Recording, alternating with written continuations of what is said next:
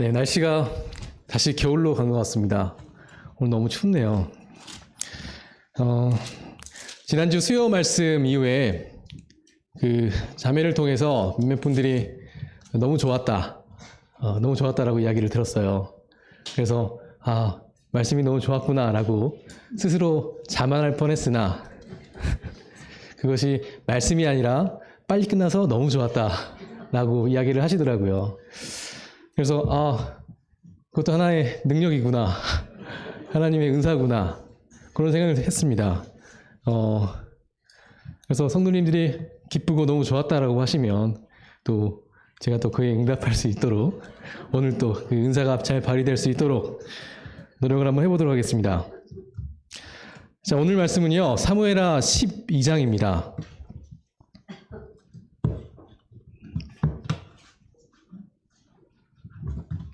네, 사무엘하 12장을 펴주시고요. 네, 제가 읽어가면서 할 거니까 뭐 전체적으로 읽지는 않겠습니다.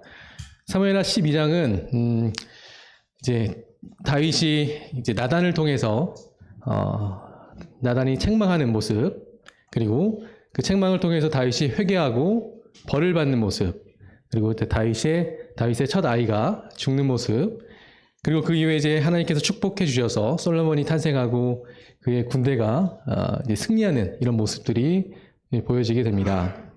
자, 그러면 같이 보시면서 어떤 말씀이 저에게 주실지 기대하는 마음으로 보도록 하겠습니다.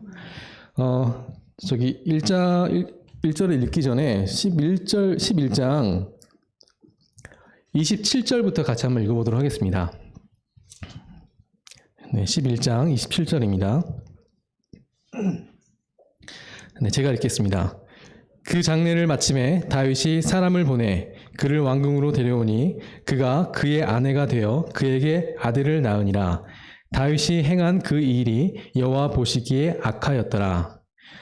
여호와께서 나단을 다윗에게 보내시니 그가 다윗에게 가서 그에게 이르되 한 성읍에 두 사람이 있는데 한 사람은 부하고 한 사람은 가난하니 그 부한 사람은 양과 소가 심히 많으나 그 가난한 사람은 아무것도 없고 자기가 사서 기르는 작은 암양 새끼 한 마리뿐이라.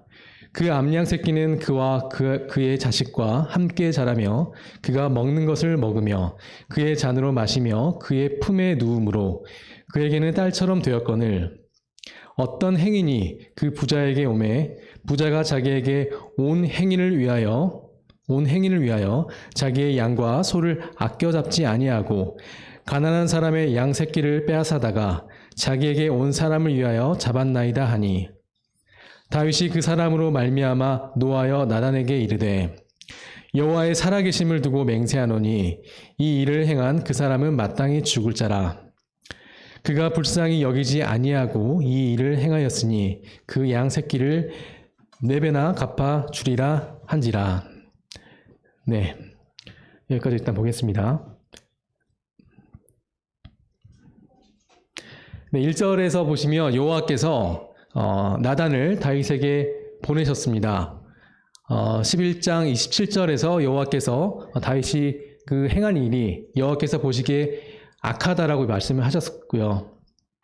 하나님은 다윗이 그 악한 행함을 보시고 아기가 태어날 때까지 약 1년 동안 기다려 주셨어요. 그 나단이 다윗을 찾아오기 전까지 1년이라는 시간이 있었는데 다윗의 심정은 어땠을까라는 생각을 좀 해보았습니다. 다윗이 자신이 우리아를 죽였죠. 그리고 유부녀였던 밧세바를 강간했던 사실이 드러나게 될까봐, 그리고 그것이 드러나서 백성들에게 소문이 날까봐 그의 마음은 굉장히 전전긍긍했을 것이라고 생각이 들었습니다. 그 긴 시간 동안 하나님과의 교제도 당연히 끊어졌을 것이고요. 네, 1년이라는 시간 동안 하나님은 다윗이 자신의 잘못을 깨닫고 그가 하나님께 고백하고 돌아오기를 바라셨던 것 같습니다. 이처럼 하나님은요, 우리가 죄 가운데 있을 때에도 우리에게 긍휼함을 베푸십니다. 그리고 오래 참아주시고 우리가 죄에서 벗어나고 하나님 앞에 나아오길 기다려 주시는 것 같습니다. 하나님은 충분하게 다윗을 위해서 기다려 주셨어요. 하지만 그 기다림이 영원한 것은 아니었습니다. 하나님은 이 다윗을 위해서 이 선지자 나단을 사용을 하신 걸 볼 수가 있습니다. 나단을 다윗에게 보내셨고 나단은 다윗에게 한 이야기를 들려줍니다. 그것은 이 나단은 이 비유를 통해서 다윗에게 부자와 가난한 사람에 대한 얘기를 전해주는 걸 볼 수가 있습니다. 한 부자는 양과 소가 아주 많았습니다. 하지만 가난한 자는 작은 암양 새끼 한 마리만 가지고 있었죠. 그 가난한 자에게는 그 새끼가 가난한 자에게는 딸처럼 되었다라고 이야기를 하고 있습니다. 그리고 어떤 행인이 오게 됐을 때 부자는 이 가난한 자의 그 작은 양을 빼앗아서 그 행인을 위해서 양을 잡았다라고 이야기를 하고 있죠. 다윗이 그 얘기를 듣자마자 불같이 화를 냈습니다. 다윗은 이스라엘의 왕이었기 때문에 모든 판결을 내릴 수 있는 권한이 있었습니다. 그리고 그 즉시 그 판결을 내린 것을 볼 수가 있습니다. 그 부자는 반드시 죽어야 할 사람이고 그 양 새끼를 4배나 갚아 주어야 한다라고 이야기를 하고 있죠. 다윗은 하나님의 말씀을 잘 기억하고 있었어요. 출애굽기 22장에 도둑질을 했을 때 배상에 관한 법에 나오는데요. 소 한 마리를 도둑질했을 때는 소 5마리로 갚아야 하고 양 한 마리를 도둑질했을 때는 양 4마리로 갚으리라는 하나님의 말씀을 잘 기억하고 있었습니다. 나단은 왜 비유를 사용했을까라고 생각을 좀 해보았습니다. 만일에 직접적으로 나단이 다윗을 비난을 했었다면 나단의 목숨도 어떻게 보면 위태로울 수 있었을 것 같아요. 요압과 그리고 다윗만 알고 있었던 범죄가 어떻게 다른 사람을 통해서 그것이 전달되었는지 요압을 굉장히 의심했을 것이고요. 자신의 죄에 집중하는 것이 아니라 그 소문이 어떻게 퍼져나갔는지 그 근원을 찾기 위해서 굉장히 힘을 썼을 것입니다. 다윗은 이 부자와 가난한 자의 비유를 통해서 제3자의 입장에서 부자의 악한 행함을 바라볼 수 있게 되었습니다. 부자는 탐욕과 욕망으로 가득 차 있었습니다. 부자는 자신의 것 하나라도 잃지 않으려고 가난한 자의 유일한 자식과도 같은 양 새끼를 빼앗은 거죠. 여기서 부자는 바로 다윗을 이야기하고 있습니다. 부자는 죽어야 한다고 합니다. 결국 다윗도 죽어야 하는 자입니다. 다윗은 자기의 죄를 보지 못하고 다른 사람의 죄를 보면서 그것을 탓하고 있는 걸 볼 수가 있습니다. 마태복음 7장에 어찌하여 형제의 눈 속에 있는 티는 보고 내 눈 속에 있는 들보는 깨닫지 못하느냐라는 말씀이 있습니다. 다윗은 남을 비판하기 전에 자신의 눈 속에 있는 들보를 들여다 보아야 했었죠. 여기서 나오는 부자는 양을 빼앗았습니다. 그리고 다윗도 양을 빼앗기 위해서 우리아를 죽여서 자신의 이득을 취했었죠. 우리가 죄 안에 갇혀 있게 되었을 때 우리는 판단력을 잃게 되고 어떤 죄의 합리화에 빠지게 되는 것을 우리가 볼 수가 있습니다. 또 우리는 자신에게는 한없이 관대하지만 타인에게는 굉장히 엄격한 모습을 보이기도 합니다. 저희 회사에도 MZ들이 많습니다. 요즘의 분위기는 예전과는 굉장히 달라서 자율출퇴근도 자유롭게 쓰고요.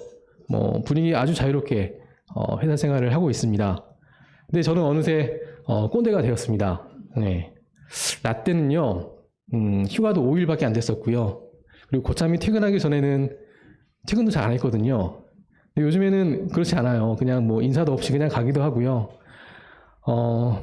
회식도 굉장히 많아서 회식도 무조건 강제로 참석이었지만 요즘에는 그런 것들도 이제 물어보기도 하고 이렇게 합니다. 생각해보니 뭔가 굉장히 억울한 것 같다는 느낌이 들었어요. 과거에 나는 그래서 이랬었는데 요즘 이렇게 많이 바뀌었다 보니 뭔가 억울하다는 생각이 들면서 과거의 내 기준으로 이제 후배들을 바라보다 보니 어느샌가 뭔가 꼰대가 되어 있는 것 같다는 생각이 좀 들었습니다. 하지만 저도 이제 입사해서 막내 시절을 생각을 해보면 정말 개념이 없었던 것 같다는 생각이 들었습니다. 간혹 제가 막내 생활을 했던 사람들과 저녁 식사나 이렇게 하게 되면 그때 제가 그 어떤 행동들을 했던 거에 대해서 이야기를 하는데 정말 부끄러울 정도로 그런 모습들을 많이 보였습니다. 그 올챙이 시절을 생각하지 못하고 나이 들었다고 후배들에게 그렇게 엄격한 잣대를 들이밀고 있는 모습을 보게 됩니다. 뭐 언론이나 커뮤니티에서도 마찬가지죠. 우리가 이 어떤 보이지 않는 익명성을 등에 업고 어떤 타겟을 가지고 마녀사냥하는 모습을 보기도 합니다. 나에게는 관대하고 남에게는 엄격한 이유는 무엇일까 생각을 해보았습니다. 우리 인간은 본능적으로 자신의 부족한 내면을 숨기고 싶어하는 모습이 있는 것 같습니다. 그렇기 때문에 남에게 엄격하게 대함으로써 자기 내면을 감추고 회피하는 모습이 있는 거죠.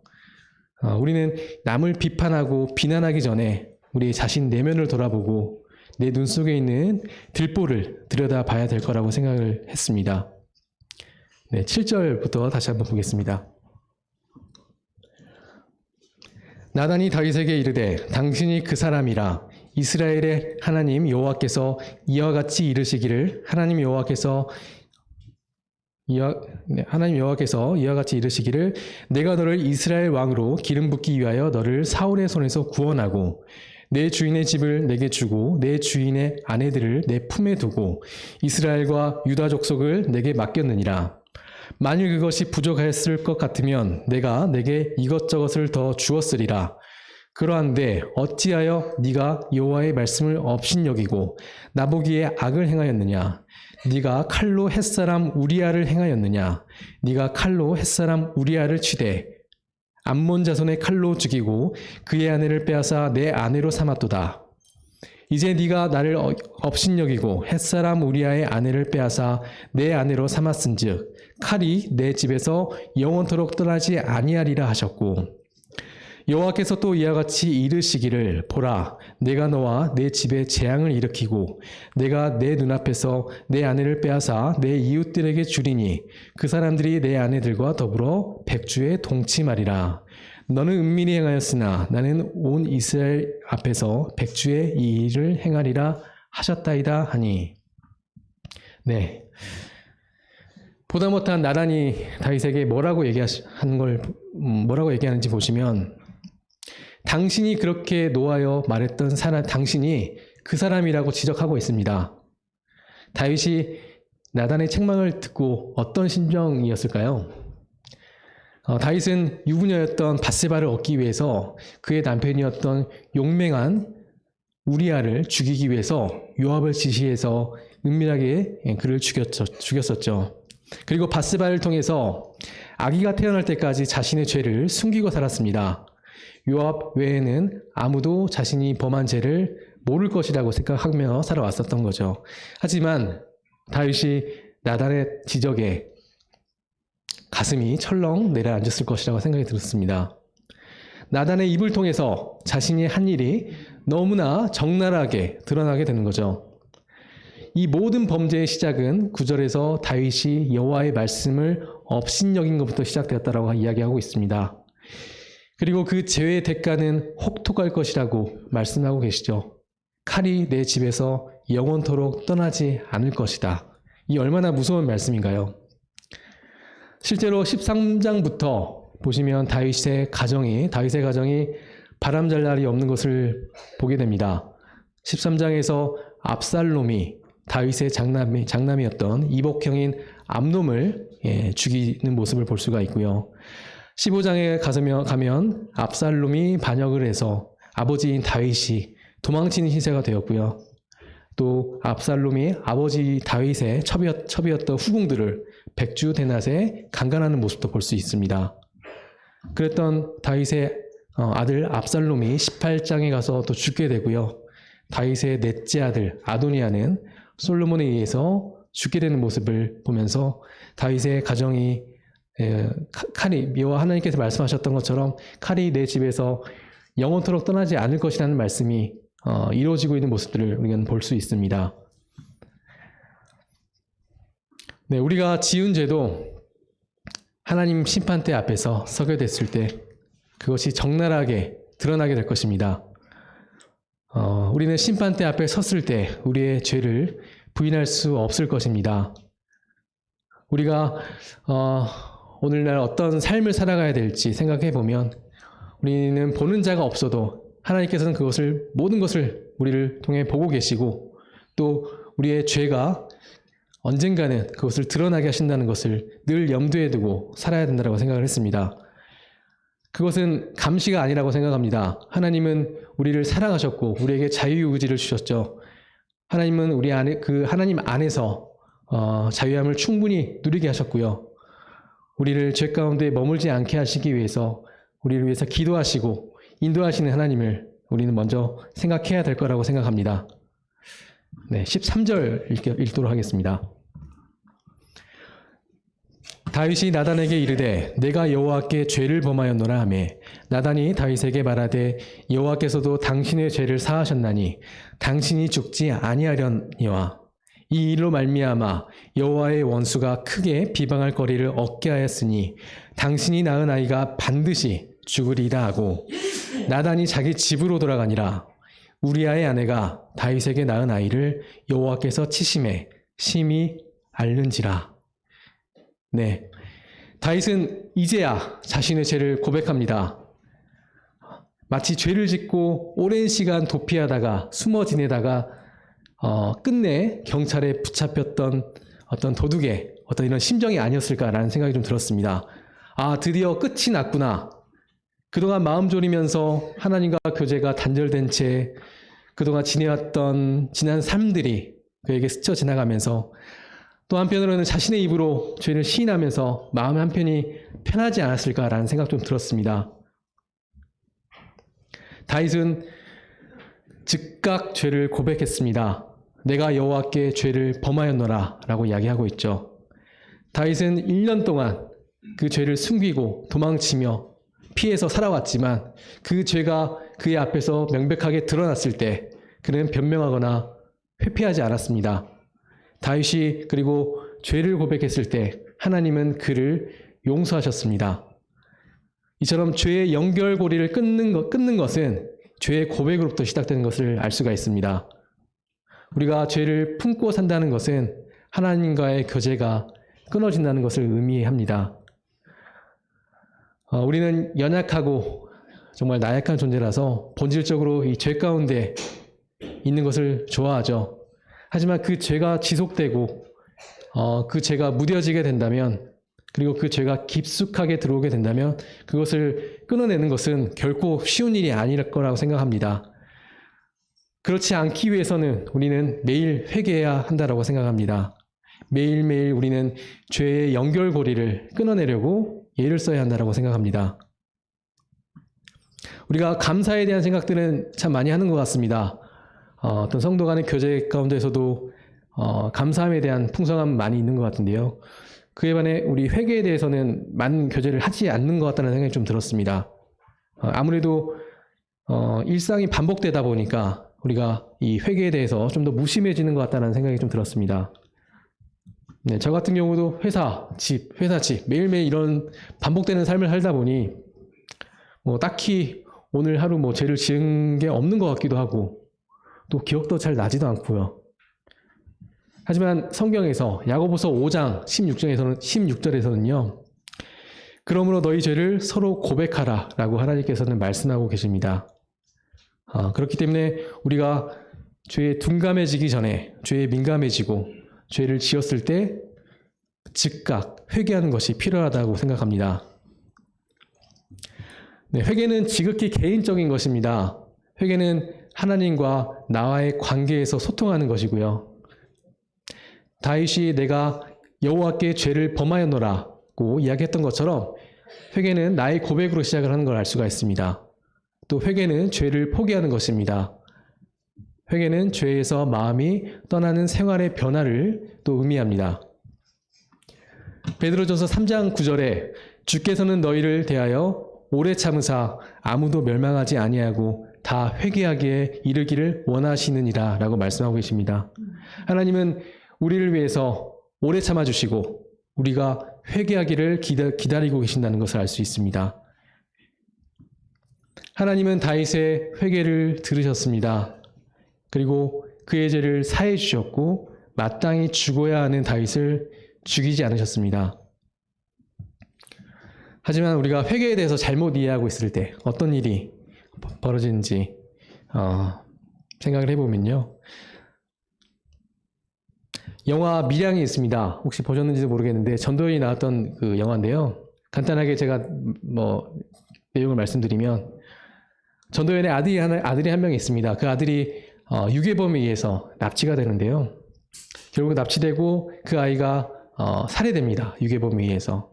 그리고 전도연이 그 아이를 사망 신고를 하고 이제 오던 날에 이게 우연히 붙여 있는 플랜카드를 보고 교회 플랜카드를 보고 막연하게 교회를 찾고 또 그 안에서 위로를 받고 자신을 죽인 그 유괴범을 용서하기로 합니다. 그래서 유괴범을 이제 면회를 해서 이제 찾아가죠. 면회를 했는데 유괴범과 마주했을 때 하나님의 사랑을 받았기 때문에 내가 당신을 용서하기로 합니다라고 이야기를 하는데요. 유괴범이 자신의 생각했던 것보다는 너무나 다르고 멀쩡하게 생겼습니다. 그리고 그 유괴범도 나도 하나님을 알게 되었다. 오히려 전도연을 위로하면서 아주 온화한 미소로 나는 이미 하나님께 용서를 받았습니다. 아주 마음이 편안합니다. 라는 말을 하게 됩니다. 전도연은 내가 용서하지 않았는데 누가 날 대신해서 용서하느냐 라고 하면서 오열하면서 이제 이야기들이 쭉쭉 진행이 되는데요. 그 유괴범은 회개를 잘못 이해하고 있었던 거죠. 유괴범은 회개를 통해서 자신의 죄를 철저하게 뉘우치고 피해자에게 사죄하는 마음과 행동이 먼저 보여져야 했었습니다. 그리고 하나님께 용서를 구해야 했었죠. 회개는 절대적인 면죄부가 아닙니다. 마태복음 5장 23절에 그러므로 예물을 제단에 드리려다가 거기서 내 형제에게 원망 들을 만한 일이 있는 것이 생각나거든 예물을 제단 앞에 두고 먼저 가서 형제와 화목하고 그 후에 와서 예물을 드리라 라고 말씀하고 계십니다. 우리도 누군가와 어떤 갈등과 우리가 피해를 줬었을 때 하나님께서 말씀하셨던 것처럼 그와 먼저 화목하는 것이 먼저라고 말씀하고 계십니다. 네, 다윗은 죄를 고백했지만 죄의 대가를 받아야 했습니다. 밧세바를 통해 태어난 아이가 죽으리라는 하나님의 말씀이었죠. 하나님께서는 다윗의 죄는 용서하셨지만 그 벌은 감당하게 하셨습니다. 왜 하나님은 다윗에게 벌을 감당하게 하셨을까요? 네, 아담과 하와를 기억해 보시면 그들이 선악과를 따먹었고 그들의 눈이 밝아져서 하나님이 부르셨을 때 그들이 동산나무 사이에 숨었음을 알 수가 있습니다. 하나님은 아담을 부르시면서 네가 어디에 있느냐라고 물으셨을 때 아담은 하나님의 소리를 듣고 내가 벗었으므로 두려워하여 숨었다라고 고백했습니다. 하나님은 그들을 용서하셨습니다. 하지만 하나님은 아담에게는 그 벌로 평생에 수고해야 할 소산을 먹으리라 하셨고 하와에게는 임신하는 고통을 감당하게 하셨습니다. 바로 이것이 하나님의 섭리입니다. 우리는 본질적으로 죄가 가득한 자들이고 스스로는 죄의 대가를 치를 수 없음을 잘 알고 있습니다. 그래서 하나님은 죄 없는 독생자 예수님을 이 땅에 보내셨죠. 예수님은 우리의 죄의 대가로 우리를 대신해서 십자가에 못 박히셔야 했습니다. 그러므로 우리는 용서받았고 생명을 얻었습니다. 하지만 살아가면서 여전히 우리는 많은 죄를 짓게 되는 걸 알 수 있습니다. 그로 인해서 하나님은 우리를 벌하시기도 하는 것이죠.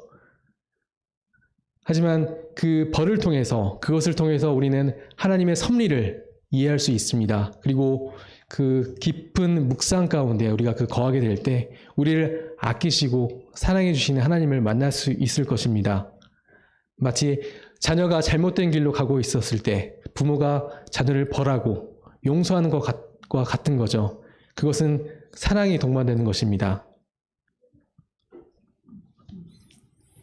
하나님은 나단을 통해서 다윗의 죄를 드러나게 하셨고 고백을 통해서 죄의 고리가 끊어지게 하셨습니다. 그리고 그럼으로써 다윗의 오랜 시간 끊어진 하나님과의 소통을 이어주었고 회복시켜 주었습니다. 하나님께서는 나단을 사용하셨습니다. 그리고 다윗을 회복시키셨습니다. 마찬가지로 우리를 통해서 누군가가 회복되고 하나님 곁으로 다시 돌아올 수 있도록 우리는 쓰임받는 자가 되어야 된다고 생각합니다. 또 하나님은 나단처럼 우리에게 여러 경로를 통해서 말씀하고 계시고 책망하고 계신 것을 보게 됩니다. 그 경로가 성경일 수도 있고요. 또 가장 가까이 있는 배우자의 입을 통해서일 수도 있고요. 강단의 말씀일 수도 있습니다. 그것이 나에게 찔림이 된다라고 했을 때 우리는 다윗처럼 회개하고 돌이켜야 한다고 생각합니다. 15절의 표현을 보시면요. 우리아의 아내라고 표현되어 있습니다. 우리아는 이미 11장에서 다윗에 의해서 죽임당했었죠. 그리고 다윗이 강제로 우리아의 아내인 밧세바를 자신의 아내로 삼았습니다. 하지만 하나님께서는 여전히 다윗의 아내라는 표현을 사용하지 않으시고 우리아의 아내라는 표현을 사용하고 계신 걸 볼 수가 있습니다. 바로 다윗이 인간적으로 행한 범죄함을 악하게 보셨기 때문에 밧세바를 다윗의 아내로 인정하지 않고 계신다는 거죠. 그리고 하나님은 죄의 대가로 다윗과 밧세바를 통해 태어난 아이를 치십니다. 네, 16절 보겠습니다.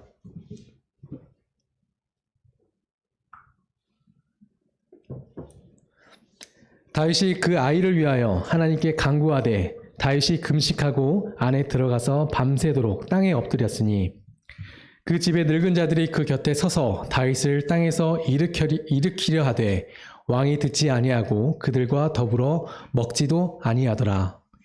이래 만에 그 아이가 죽으니라. 그러나 다윗의 신하들이 아이가 죽은 것을 왕에게 아뢰기를 두려워하니 이는 그들이 말하기를 아이가 살았을 때에 우리가 그에게 말하여도 왕이 그 말을 듣지 아니하셨나니 어떻게 그 아이가 죽은 것을 그에게 아뢰 수 있으랴. 왕이 상심하시리로다 함이라.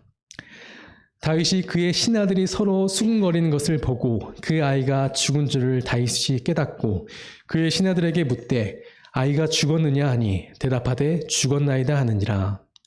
다윗이 땅에서 일어나 몸을 씻고 기름을 바르고 의복을 갈아입고 여호와의 전에 들어가서 경배하고 왕궁으로 돌아와 명령하여 음식을 그 앞에 차려하고 먹은지라.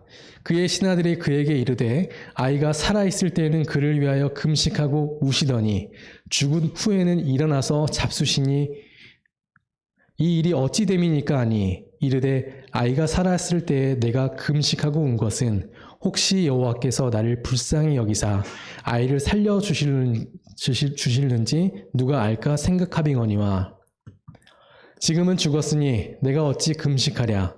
내가 다시 돌아오게 할 수 있느냐. 나는 그에게로 가려니와 그는 내게로 돌아오지 아니하리라 하니라. 네. 다윗은 아이를 위해서 금식하고 땅에 엎드려져서 간절히 밤새도록 하나님께 간구하고 기도했습니다. 다윗은 이스라엘 왕으로서 높은 자리에 있는 자였죠. 하지만 그가 하나님 앞에서 회개하며 나올 때는 먹지도 아니하고 땅에 엎드려졌습니다. 가장 높은 자리에 있던 자가 지금은 가장 낮은 자가 되었습니다. 네, 시편 51편에 참여의 기도의 시가 있는데요. 같이 한번 보도록 하겠습니다. 시편 51편입니다.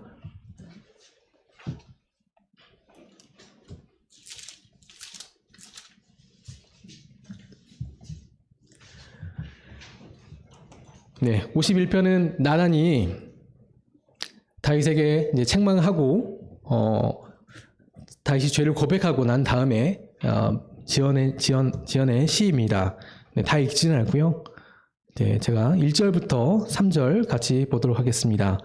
하나님이여 주의 인자를 따라 내게 은혜를 베푸시며 주의 많은 긍휼을 따라 내 죄악을 지워 주소서.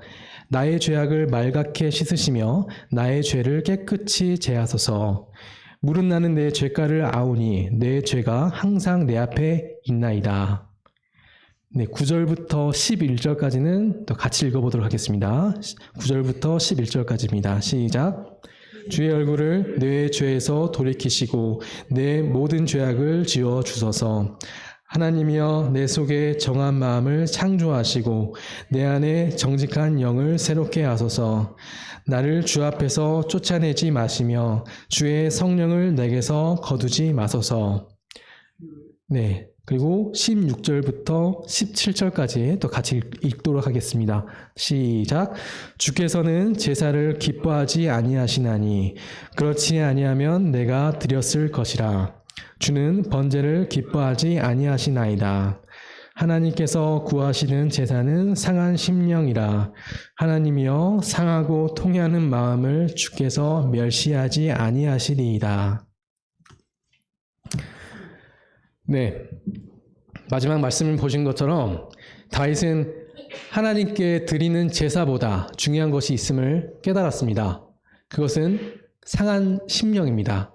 상한 심령은 자신의 죄를 스스로 해결할 수 없음을 깨닫고 전적으로 하나님께 매달리는 마음입니다. 그러나 그 아이는 태어난 지 7일 만에 죽게 되었어요. 하나님은 아이를 반드시 죽게 하겠다고 하셨고 그 약속을 지키셨습니다. 왜 그 아이를 바로 치시지 않고 7일 동안이나 살게 하셨을까 생각을 해보았습니다. 아마도 하나님은 그 아이를 바로 데려가지 않으셨다는 것은 다윗의 어떤 간절한 회개와 또 중보 기도를 들으시고 그가 고난 가운데 거하게 될 때 더욱 하나님을 의지하길 바라지 않았을까라는 생각이 들었습니다. 그리고 다윗은 깊은 회개와 그의 간구 가운데 그 아이가 죽었다는 것을 듣게 되는 거죠. 사실 아이는 전혀 죄가 없죠. 아무것도 한 게 없습니다. 그 아이는요. 다윗의 죄의 대가로 죄 없는 아이가 죽게 되었습니다. 마찬가지로 예수님은 죄가 없었지만 우리의 죄의 대가로 죄 없는 예수님이 죽게 되었습니다. 그 소식을 들은 다윗의 태도와 반응이 좀 흥미롭습니다.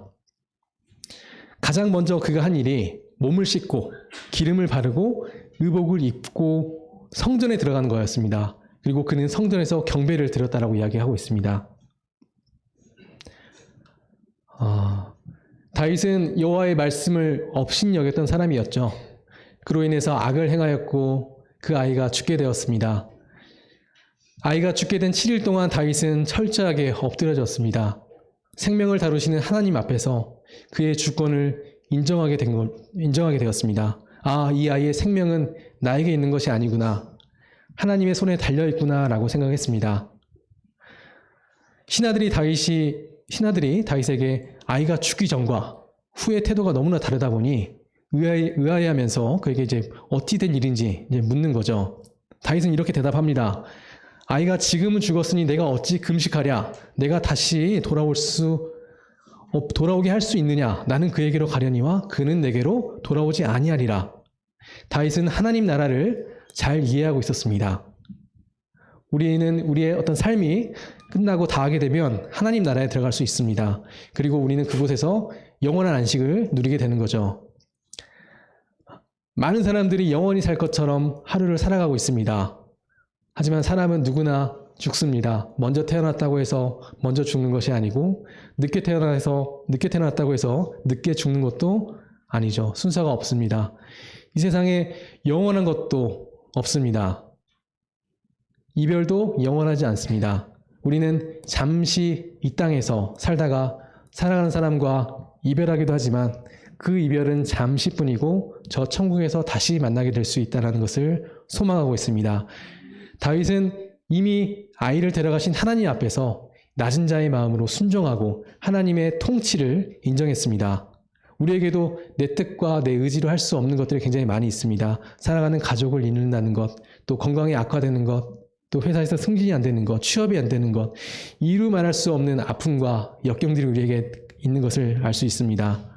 하지만 다윗이 그 슬픔을 완전하게 주님 앞에 맡겼을 때, 그리고 그 하나님의 통치를 인정했던 것처럼 우리도 우리의 역경과 고난을 완전하게 주님께 맡기게 되었고 의지하게 될 때, 설령 우리의 기도가 우리의 뜻대로 이루어지지 않을지라도 그것 또한 하나님의 주권과 다스림으로 인정하게 되면 우리는 그 슬픔과 고난에서 더 빠르게 회복할 수 있을 거라고 생각이 됩니다. 하나님은 우리가 슬픔 가운데 거하는 걸 원하지 않으시죠. 심리학 용어 중에 회복 탄력성이라는 용어가 있습니다. 감정적으로 좌절감을 느끼거나 실패감을 느꼈을 때 그 좌절에서 오래 머물지 않고 빨리 회복하는 능력을 이야기하고 있습니다. 다윗은 회복 탄력성이 좋았던 사람이었습니다. 다윗은 이루 말할 수 없는 그 슬픔에 땅에 엎드려졌지만 아들을 데려가시는 하나님을 인정하고 땅에서 일어날 수 있었습니다. 우리도 마음이 건강하고 단단해져야 되는 거죠. 그리스도인의 회복 탄력성은 그의 시작은 하나님의 주권을 인정하는 것입니다.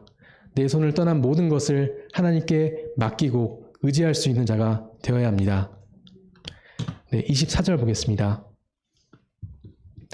다윗이 그의 아내 밧세바를 위로하고 그에게 들어가 그와 동침하였더니 그가 아들을 낳음에 그의 이름을 솔로몬이라 하니라. 여호와께서 그를 사랑하사 선지자 나단을 보내 그의 이름을 여디디아라 하시니 이는 여호와께서 사랑하셨기 때문이더라.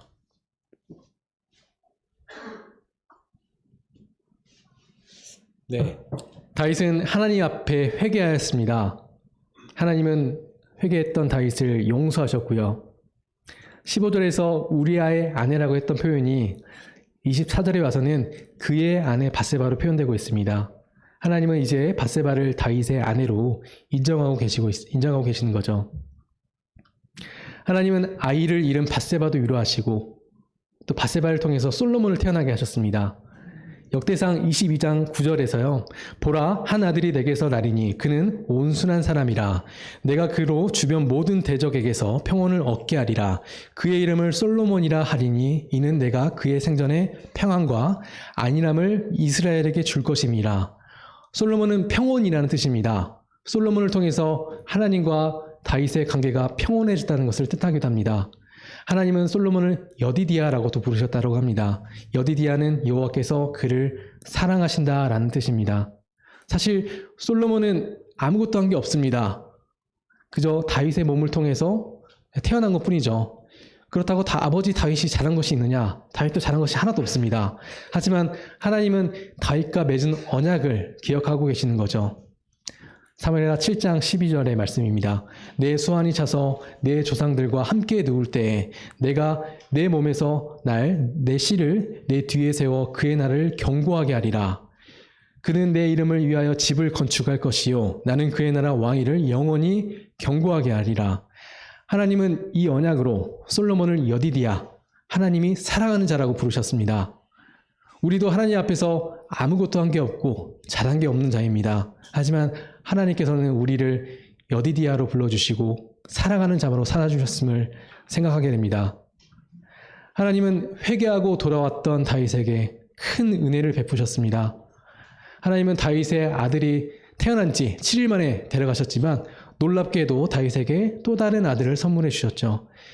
그리고 그 아들 솔로몬을 통해서 하나님의 부와 명예를 가지게 하셨고 마침내 하나님의 성전을 완성하게 하셨습니다. 누가복음 15장에 나오는 탕자 이야기가 생각이 났습니다.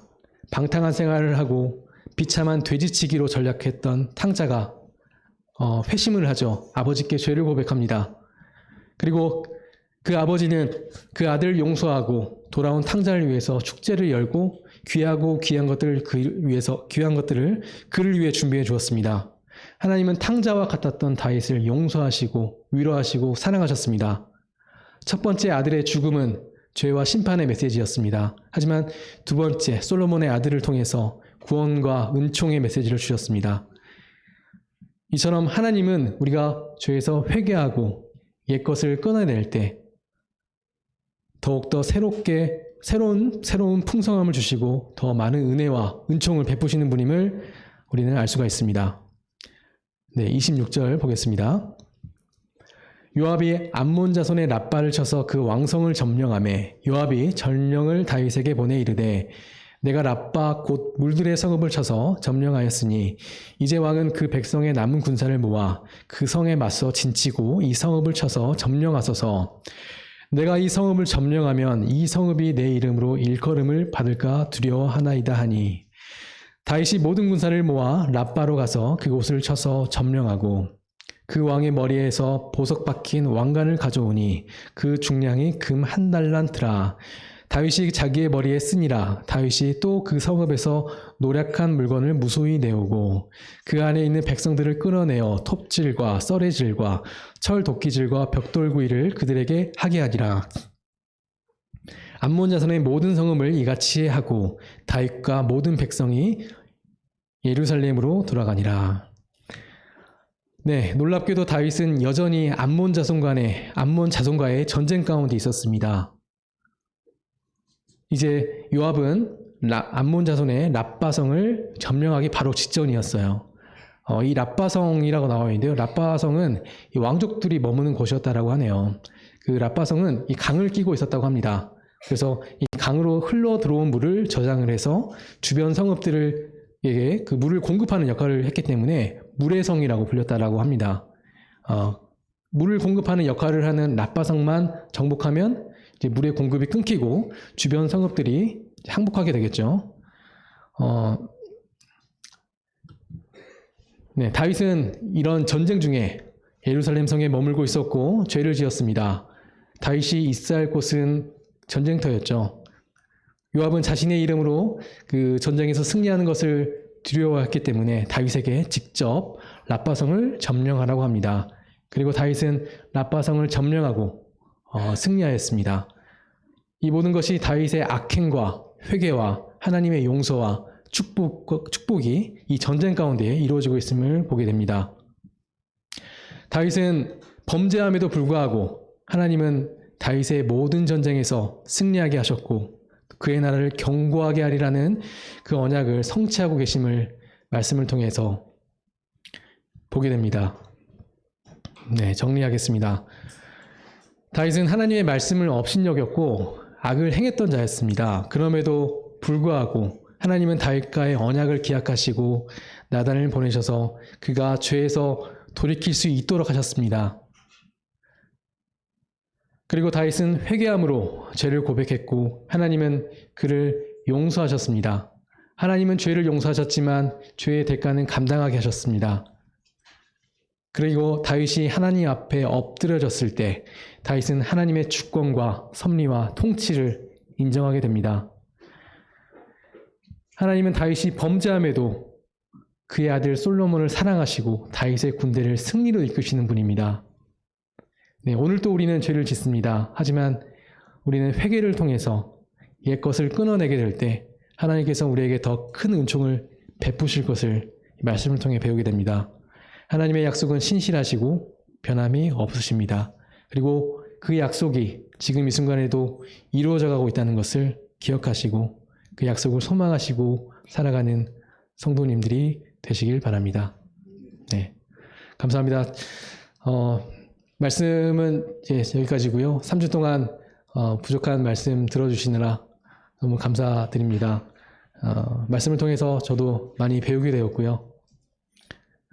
많이 부족한 자임을 또 느끼게 되었습니다. 네, 기도하고 끝내도록 하겠습니다.